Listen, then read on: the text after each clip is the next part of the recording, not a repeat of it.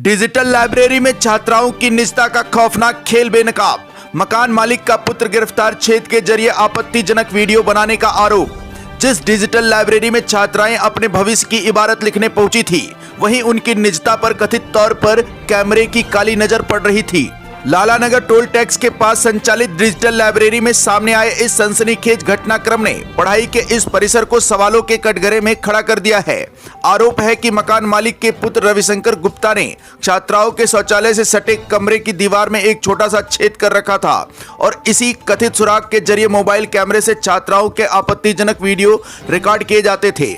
राज तब खुला जब छात्रों की नजर उस संदिग्ध गतिविधि पर पड़ी और देखते ही देखते पढ़ाई का माहौल अफरा तफरी में बदल गया। डेहरिया दयाराम निवासी लाइब्रेरी संचालक भरथरी बिंद ने गोपीगंज थाने में दी गई तहरीर में आरोप लगाया कि 20 अगस्त की दोपहर करीब 12:30 बजे छात्रों ने उन्हें जानकारी दी कि छात्राओं के शौचालय में जाने के दौरान कथित रूप से वीडियो बनाए जा रहे हैं।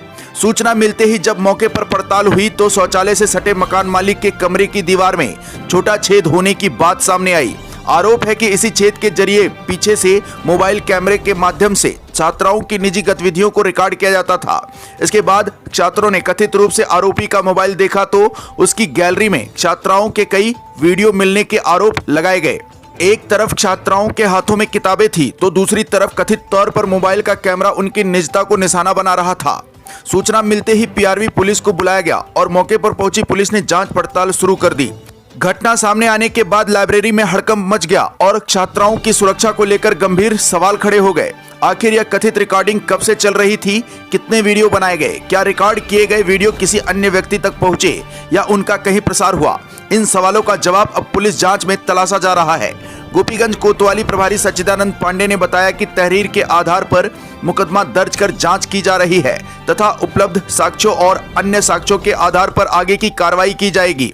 मामले में बीएनएस की धारा 77 के तहत दोषसिद्धि पर पहली बार अपराध में 1 से 3 वर्ष तक का कारावास और जुर्माने तथा पुनरावृत्ति पर 3 से 7 वर्ष तक का कारावास और जुर्माने का प्रावधान है।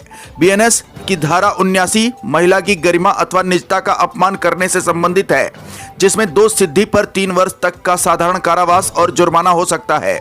वहीं परिस्थितियों के अनुसार आईटी एक्ट की धारा 66E निजता के उल्लंघन पर 3 वर्ष तक की कैद या 2 लाख रुपए तक जुर्माना अथवा दोनों प्रावधान करती है। यदि इलेक्ट्रॉनिक माध्यम से अश्लील सामग्री के प्रकाशन या प्रसारण की पुष्टि होती है तो आईटी एक्ट की धारा 67 के तहत भी कार्रवाई का प्रावधान है। हालांकि इन धाराओं का अंतिम अनुप्रयोग पुलिस जांच और साक्ष्यों के आधार पर निर्धारित होगा। फिलहाल एक दीवार का छोटा सा छेद पूरे मामले का सबसे बड़ा सुराग बन चुका है और इसी सुराग से यह पता लगाने की कोशिश की जा रही है कि छात्राओं की निजता में सेंध का यह कथित खेल महज एक घटना था या इसके पीछे कोई लंबी और गहरी कहानी छिपी थी। जनपद भदोही से सुरेश कुमार मिश्रा के साथ दीपक कुमार मिश्रा की रिपोर्ट।